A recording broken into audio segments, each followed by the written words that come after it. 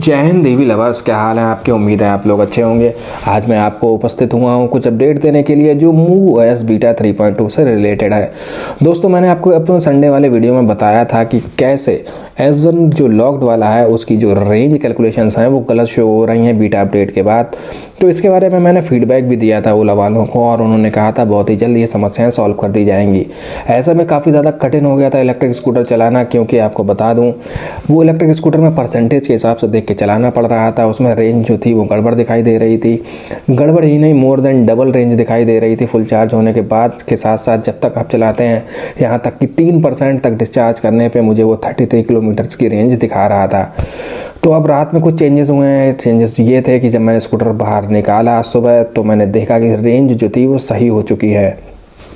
दोस्तों, जो आपकी रेंज कैलकुलेशंस अब शो हो रही हैं वो चाहे ऐप में हो चाहे स्कूटर के डैश स्क्रीन पे हो, वो सारी सही शो हो रही हैं। लगभग आपको वही रेंज दिखाई दे रही है जो पहले S1 में दिखाई देती थी।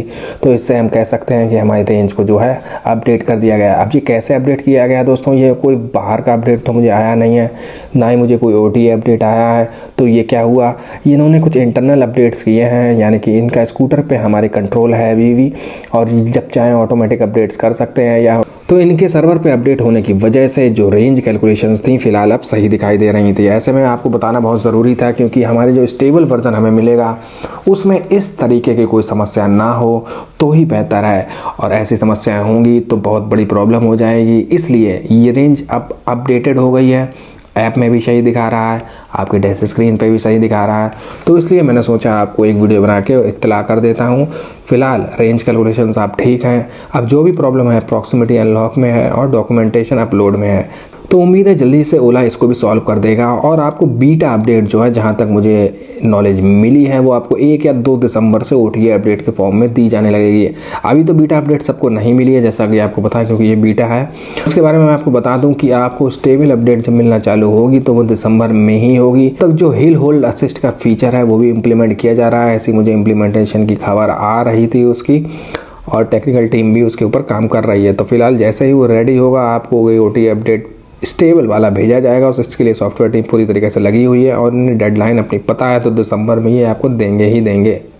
अगर आपकी ओला S1 में कोई और भी समस्या आ रही है दोस्तों, कृपया कमेंट में मुझे लिख भेजिए। और ऐसे में आपकी अगर बीटा वर्जन के में आप देखेंगे तो आपको कॉल करने की कोई ज़रूरत नहीं हुई। कस्टमर केयर पे आप चाहें तो अपनी जो टिकट इशू है वो ऐप से ही रेस कर सकते हैं। काफ़ी ज़्यादा सरल हो गया कस्टमर केयर से कॉन्टैक्ट करना बीटा वर्जन में। उम्मीद है दोस्तों आपको ये न्यूज़ पसंद आई होगी। S1 वालों की रेंज भी सही हो गई है, S1 Pro वालों की भी सही है, और S1 वालों की तो पहले से ही सही आ रही थी।